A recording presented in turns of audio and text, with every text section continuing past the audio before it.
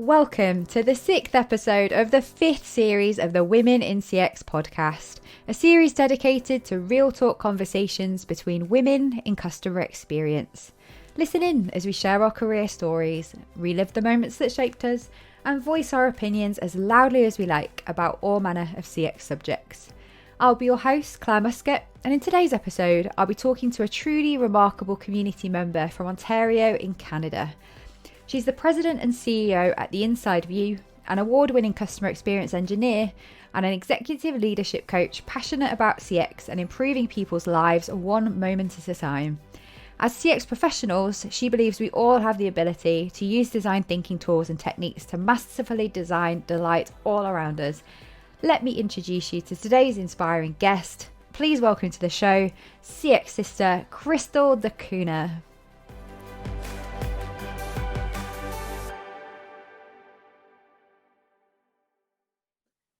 Hey, Crystal.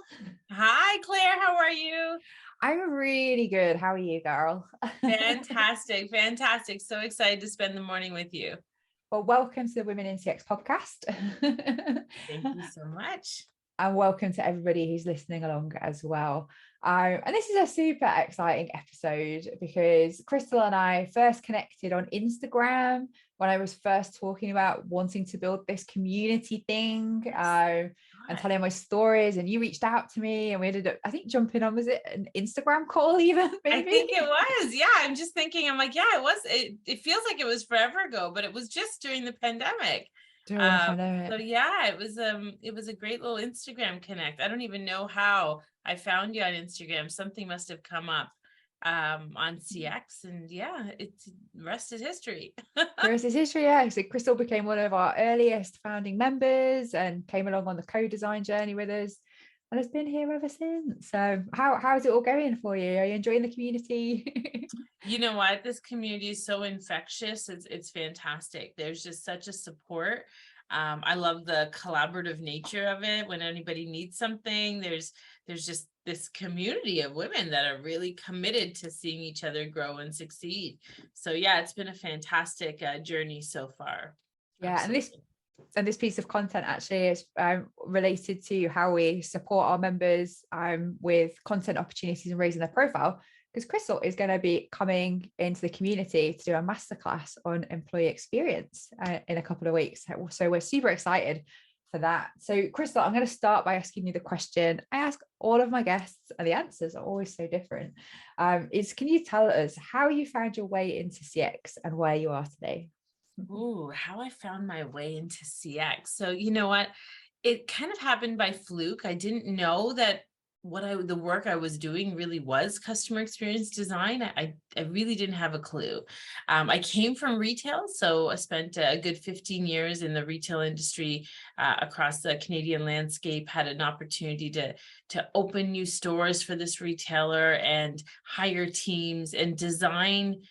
I was designing experiences for that consumer that was walking through the door, because the product we were selling was leather. And so it was a real tactile experience. When somebody puts on a leather jacket, they stand a little taller, they're feeling the leather jacket, their whole aura changes. And it was definitely an experience factor. And so for 15 years, I wasn't selling to people. I was really improving their life when they put on that leather jacket. And it was creating an experience. The stores we were designing were creating experiences. We were really following that user journey. Looking back, that's what it was. But at the time, we didn't know what it was called, right? And then I transitioned into a construction industry, and I became, I was leading the sales department there. And I was doing the same thing. We were designing an experience for that customer that was going through a new home building process. And I found that a lot of the people that had been in that organization for a long time, they knew their job. They knew construction, they knew engineering, they knew design, they knew exactly what they needed to do in those departments. However, for me as a sales department, I wasn't just thinking of my job. I was thinking about that experience. How is a customer feeling when they walk through our model homes? What were they smelling? What were they looking? If they decided to open a drawer, what were they going to see? And how is that going to impact them emotionally? And so all those little touches I didn't realize was creating an experience until I realized it. So now I've led my own company now for 7 years, and really took all of those design elements that I was learning, and said, no, this is all about customer and employee experience, right? And I was really successful because my employees always came first. It was always about making sure that my team, I never called them employees, I always called them team members or my crew, but they were really, it was so important to me to be able to make sure that they were, raving fans and excited. I remember I'd get my bonus at my retail job, and the first thing I do, take everybody out for dinner. And, so it was a team effort, right? They would all support the vision and the goals and the mission, because they were all rewarded, along the way. So ultimately I was doing it by default. And now, at the inside view, I'm able to really do it by design, and help and transition people's mindsets from understanding kind of that old school way of doing it to the new school way of doing it. Oh, I love that. And honestly, if I had $1 for every time I met a woman in CX who was on her way into the community who tells me the same story, I literally had been doing this for years, but didn't know it was CX. Yeah. And then when I kind of came into a career and eventually got a job title with it, it's applying all of that kind of intuitive stuff that I think as customer people, we maybe got from the shop floor or in like our time working in hospitality, plus all of that experience we've gained in roles that actually, when we've dialed it back, the purpose that we were serving was to improve things like customer and employee experiences, and then getting a job title and going, okay, I've been doing this a long time. It's not my first role in customer experience. So I totally feel that. And definitely, I remember I bought a very expensive leather jacket a long time ago, still got it to this day, an All Saints leather jacket. And that feeling of like the touching of the leather, the squaring of the shoulders, because it does just have that vibe. Yeah. Yeah, it feels good. And it smells, right? The leather smells. Yeah. So it really appeals to all your senses. Yeah. And looking back, that was part of it. It was like, I didn't realize that anytime I designed something, anytime I was selling a product, I wasn't just selling it. I was paying attention to all the senses. I was paying attention to the sights, the smells, the sound, everything. And that was the difference for my success. And I think, others, was because I was really focused on that. Really focused on every element of it. Yeah. And I guess that's, when people are talking about how to improve the return on investment of CX, well, if you design an experience that drives revenue, people want to buy more expensive because the value increases, right, with the experience. And they're emotionally connected. Yeah. I love that analogy. It's a really great story. So obviously now, you've got your amazing business that you set up yourself and you've grown at the inside of you. And obviously I just love hanging out with you, full stop, but I find you super inspiring and your energy is so infectious. I just wondered, was there like a particular challenge or barrier that you've had to overcome to become this incredible woman that you are today? Oh, you're so sweet. Thank you so much, Claire. And right back at you. You're more than inspirational. You don't even know how inspirational, but love you. Challenges, there's probably tons.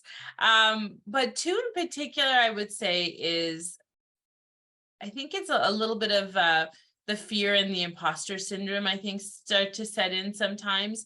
I'm really confident in what I do. I love what I do. I know I make an impact. But I think there's two things. So I'm an independent mom. I think I've told you that several times. My son is 19 and he's my superstar. And it really, in the earlier days of starting the Inside View, it was a big fear factor. I'm leaving a 6-figure career to be I've always been an independent mom, but to do this on your own with no safety net, it was tough. And those first 3 months, I was like, what am I doing? And my son was, he was 12, I think. I was 12 at the time. And he was like, Mom, you just got to do it. You just got to do it. And I'm like, oh, sweetheart, you have no idea. I got to do it, but you don't know. If we can't pay the mortgage, if we can't, right? So all those fears were really setting in. And how I got over it was literally that it was the third third month, and I got to this luncheon, and I don't know how I got to the luncheon. I'm like, do I really need to spend an extra $100 on a plate of pasta for lunch? Like, I wasn't sure if I even wanted to go to this luncheon because I hadn't gotten a client yet. And so I get there and I sit beside this lady who's like, I've been looking for you for months. I didn't realize you had left the construction industry. And 48 hours later, she was my client, and she paid me really well, and I did really great work for her. And 7 years later, we still work together. So, that fear of having that faith in yourself. And I think just because of the fact that I was, alone, and I didn't have that support system, that I told myself, like, oh, you're alone. Maybe you should take a job. Maybe you should be more secure. You should be more responsible. But then I kind of battled myself, and I'm like, no, you know what you're doing, and you have the skills to be able to do this. And your way is unique, because every time I do tell somebody, to me, it seems like it's normal. And they're like, oh, that's so interesting. And I'm like, I have something here.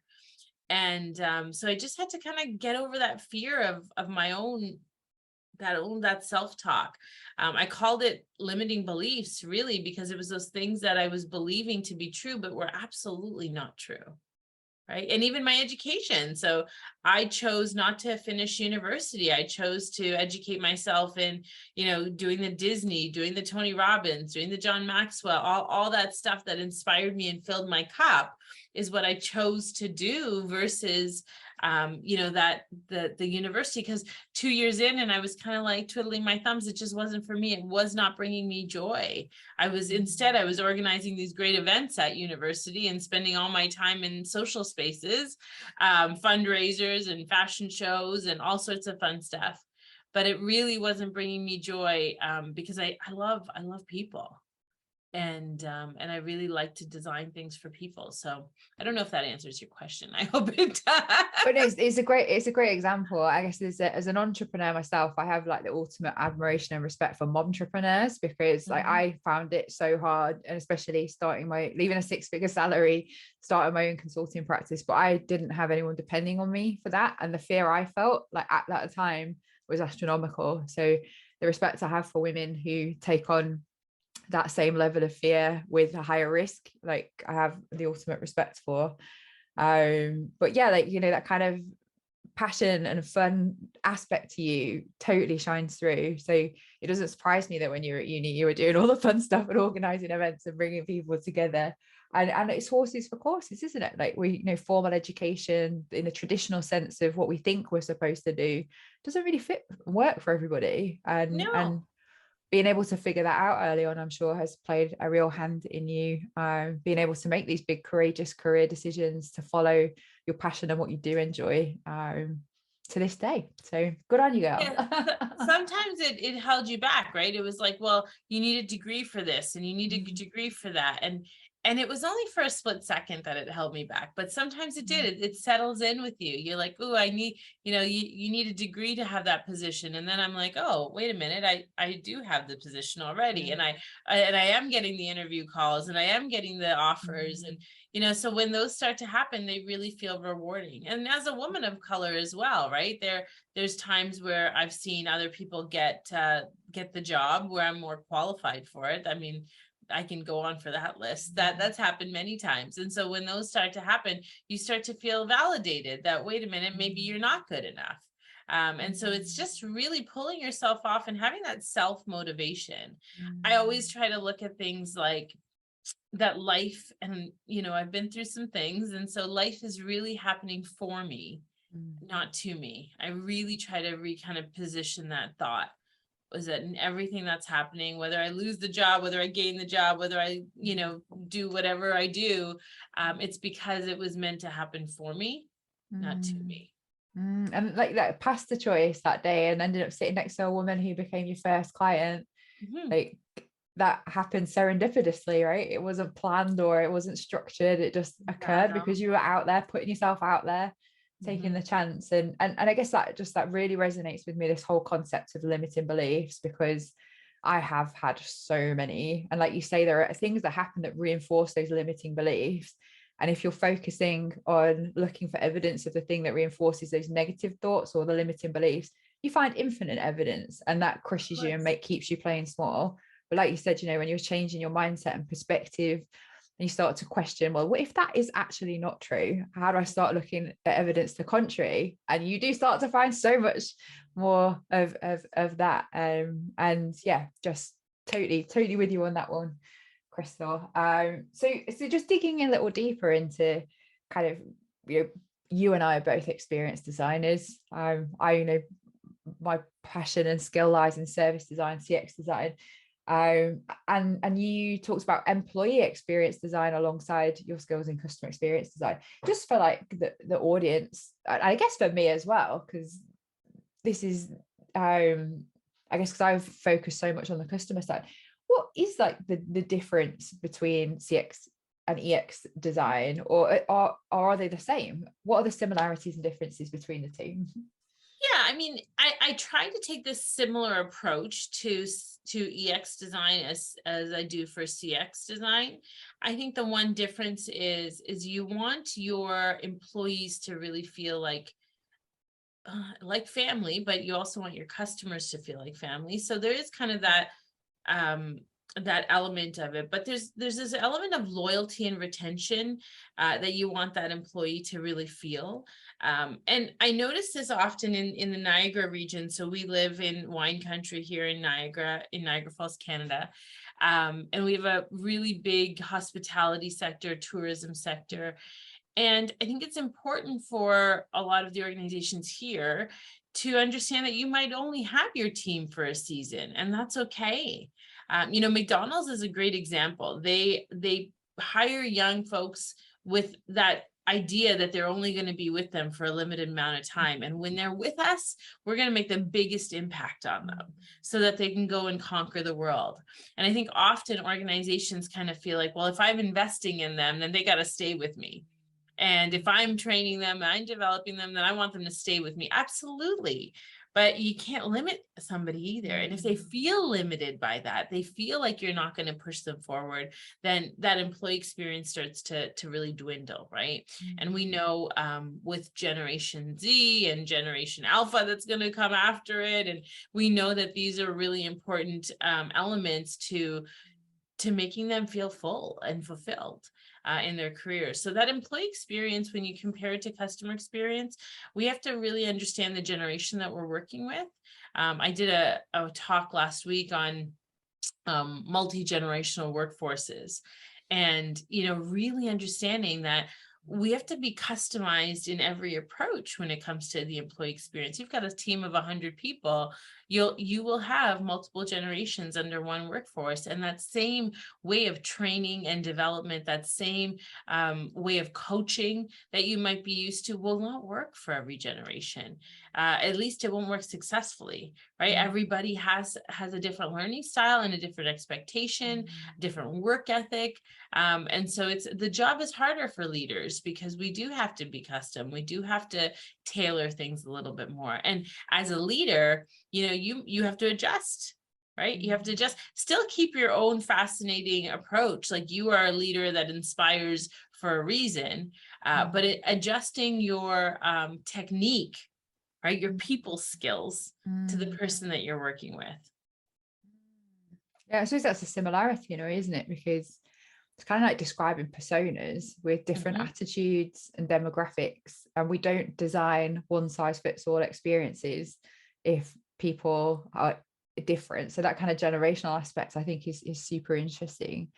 But I think for me, it's also like on the employee journey, being able to build in touch points that help to ensure there is things like purpose and values alignment, and that through the interview process, the recruitment process, being able to identify like cultural fit and things. Because I think that's sometimes the hardest thing, isn't it? When we've not done a good enough job designing an experience that means that we get the type of employee that wants to be here, that's not going to work out. No. And then how do we build in like reinforcement of our culture and values throughout their experience, through onboarding and, like you say, training, reward, recognition, so they feel that thing that they identified with when they first joined and wanted to be part of this, that we know that we're aligned to. actually being true, because I think that's the other worst thing, isn't it? Is like companies have statements around their purpose and values are plastered on walls and you never hear about it again. It's just a externally facing thing. And yeah, those kind of touch points that we do have with teams, employees, people, right through to, how line managers behave, they have to embody that culture and values, don't they? Otherwise, why are we here and what are we trying to do? And I know I've experienced that myself in the past, and I hear it a lot from women in the community, like when they talk about their bosses not doing or doing things that like are completely against the company values that they signed up to agree to, which kind of leads me into my next question around toxic cultures, because I know that you've been working with this kind of concept of toxic bosses, toxic cultures, and being able to uncover the cultural issues that drive them and being able to change them. Do you want to talk a little bit more about that? Yeah, well, it aligns so well with your first question is, what are those similarities between the two? Because in the leadership training that we work with teams on, we've got these seven elements of leadership experience excellence that we train people on.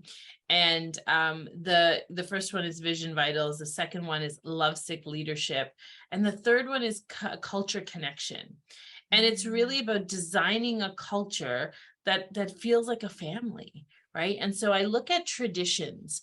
As an East Indian, I've got all sorts of traditions that Canadian, born and raised Canadian, but an East Indian background. And we have so many different traditions with our family, with our friends, with just the way when we buy a new car, there's a blessing. There's all sorts of things that we do as traditional.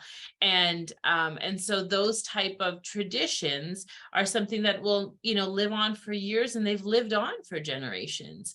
And so I challenge organizations to take a look at what are your traditions. They might be happening by default at the moment, but every year we have a new opportunity to create a new tradition.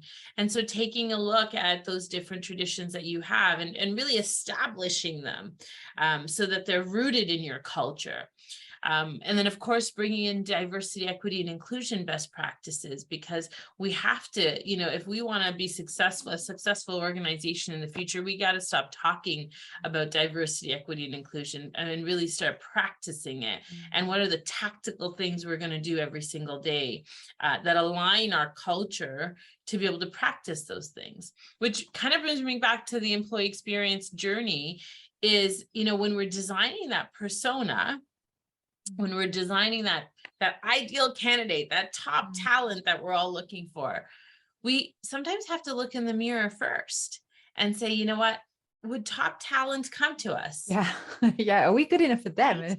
Are we good enough to them? Because we want this top talent. Oh, Crystal, we want the best person. We want the best candidate. Well, my friend, first of all, we're not attracting the best candidate. So you haven't been the best in the past, but now you want the best. So why would they trust that you're going to be the best, right? So we have to be able to attract them. Number two is what's that hiring process like? Do you have the best, the coolest hiring process?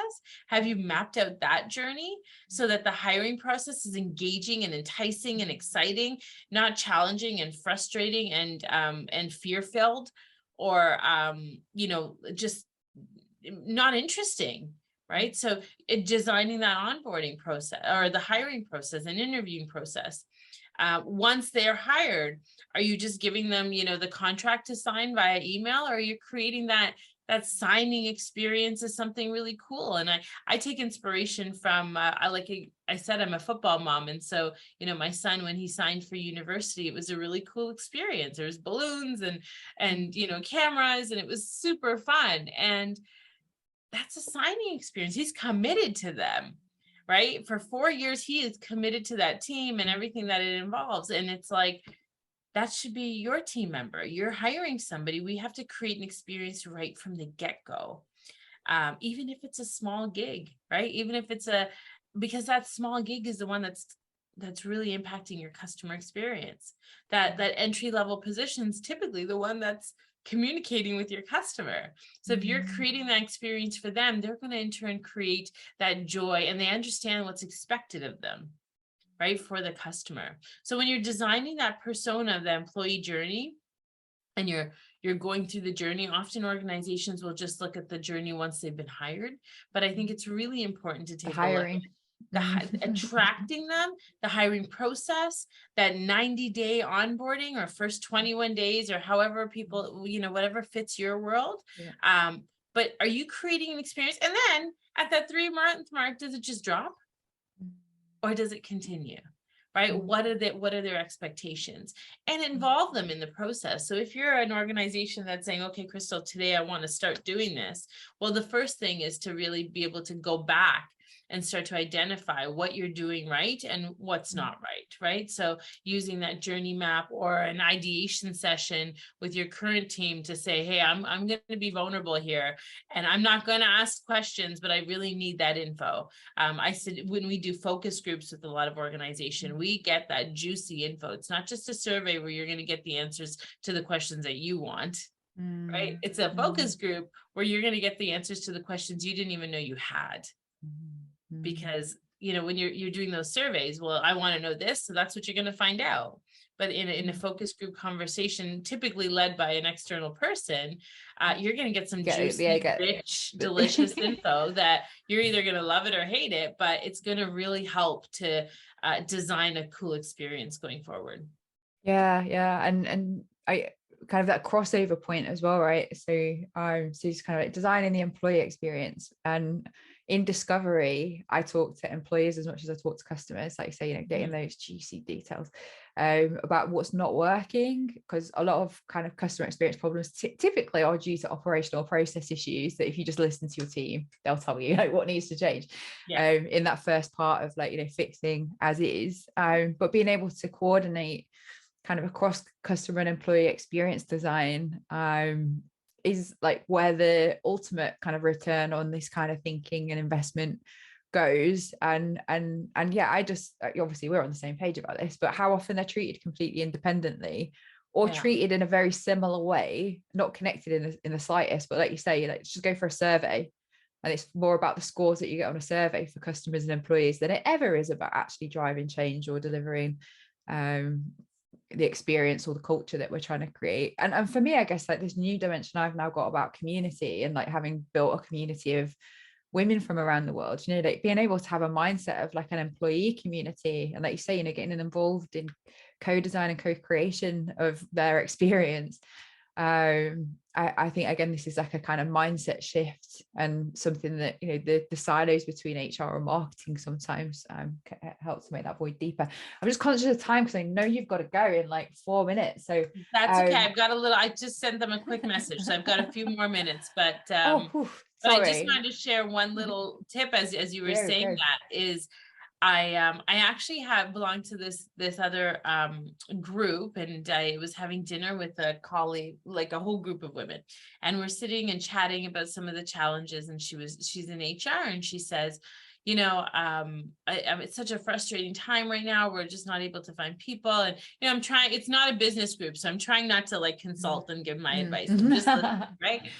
And she said, you know what, this guy that's been with us for a year walked into my office today, and he's like, tomorrow's a year that I'll be with the company, and I get a raise right after a year.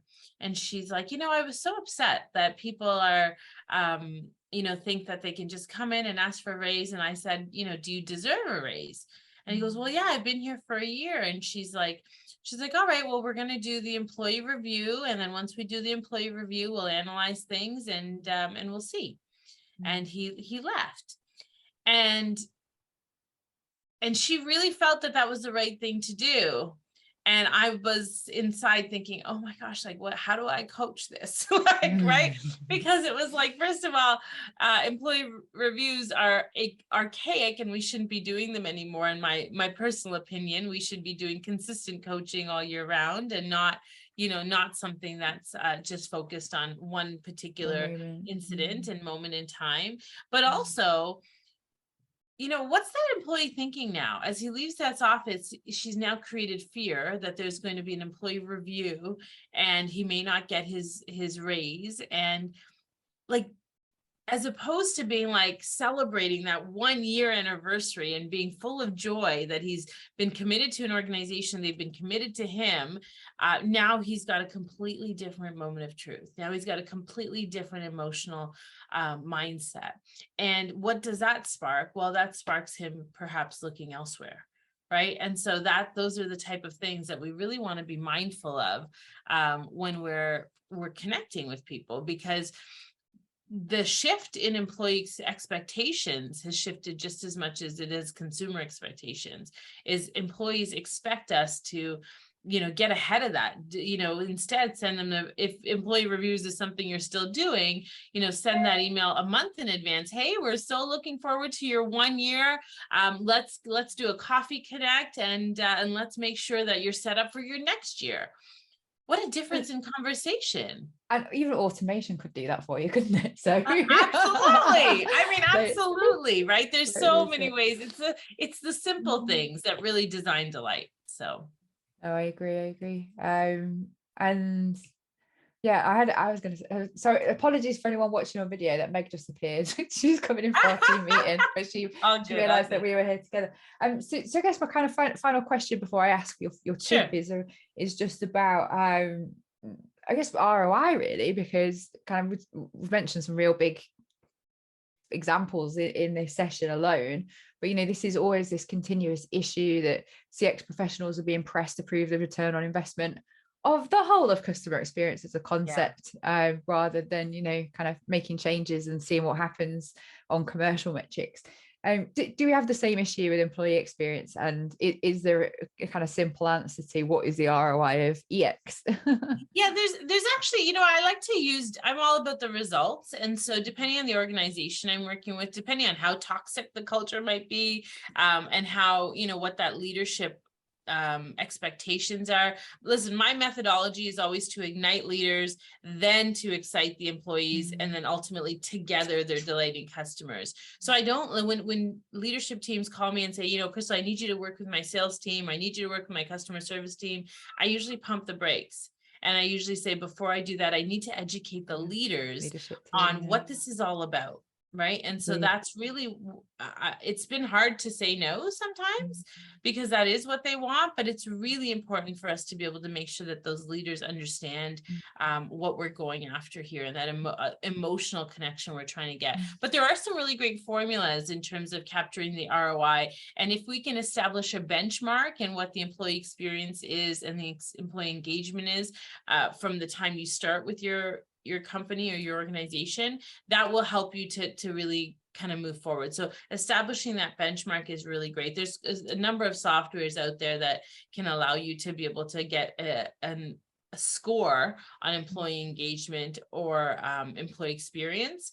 But one of the tools I like to use sometimes is turnover rate. So I'll take the number of separations, for example, the number of employees that have left over the average of employees, and times that by 100, and you'll get a turnover rate. Or your investment in training, so the total training investment divided by the number of people in the organization, and you'll get kind of a value there on if it's working and if it's not. So those are, there's tons of other metrics that you can use, but I would establish from the get-go what is a benchmark. And what metric are you really trying to improve? It's not all about employee experience, because under employee experience is that human capital element, that turnover rate, the separation rate, the productivity rate, the performance rate. There's all the average sale that the customer is spending with you. Maybe that is directly affected with the employee experience. So you really want to get clear on which metric we want to measure. And then aligning that employee experience journey to the metric. Yeah. My friend, I'm so sorry. I am running a little behind. No worries. No worries. No, I totally understand. I was just going to say, like, it's just all crystallized in my mind, pardon the pun, that, kind of retention and loyalty is a subject that we focus on in customer experience. Like, we can't do that much about that because people will leave automatically. So will employees. But the return on attracting the best talent and taking them through onboarding so they want to stay and they perform more highly, like that that is the ROI of it, isn't it? It's So a big circle. It's a is. big figure eight, right? But you have to start with your team. And I always say you have to start with your leadership team, because also one of the things that's expected is,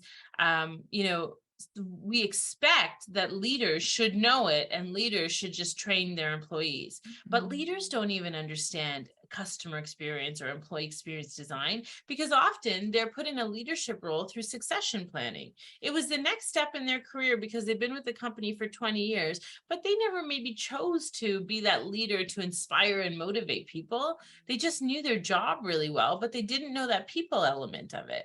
And that people element is, 80% of a leader's job.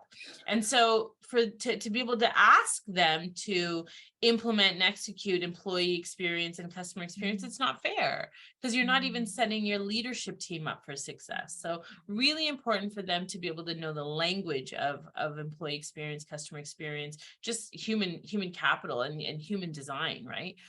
So until they understand that terminology and all the tools, we have such amazing tools in our toolboxes, but for them to even get a little bit of that insight, then they're able to really, help transform their teams. I love it. Thank you so much, Crystal. I can't wait to see you in Niagara Falls in Canada next week, because we're having our Women in CX hangout together. Thank you so much. Thank you to everybody who listened along today as well. And Crystal, where can people find you if they want to find out more about you? I'm all over social media. So you can find me on LinkedIn, Crystal Dacuna, on Instagram, CRSTLD, or gettheinsideview.com. You can find me everywhere. So thank you so much for having me, Claire. And I love this Women in CX community. All of you women are doing amazing things, and it's such a joy to be a part of. Oh, thank you so much, Crystal. Well, you take care. I'll see you soon. Literally. Bye, everyone. Bye. Bye. Thanks for listening to the Women in CX podcast with me, Clare Muscutt. If you enjoyed the show, please drop us a like, subscribe, and leave a review on whichever platform you're listening or watching on, and visit womenincx.community if you'd like to find out more about becoming a member. Join us again after Christmas, as we'll be taking a break from broadcasting to enjoy all of the festivities. I hope you have a very happy holidays, and I'll see you in 2023. Bye for now.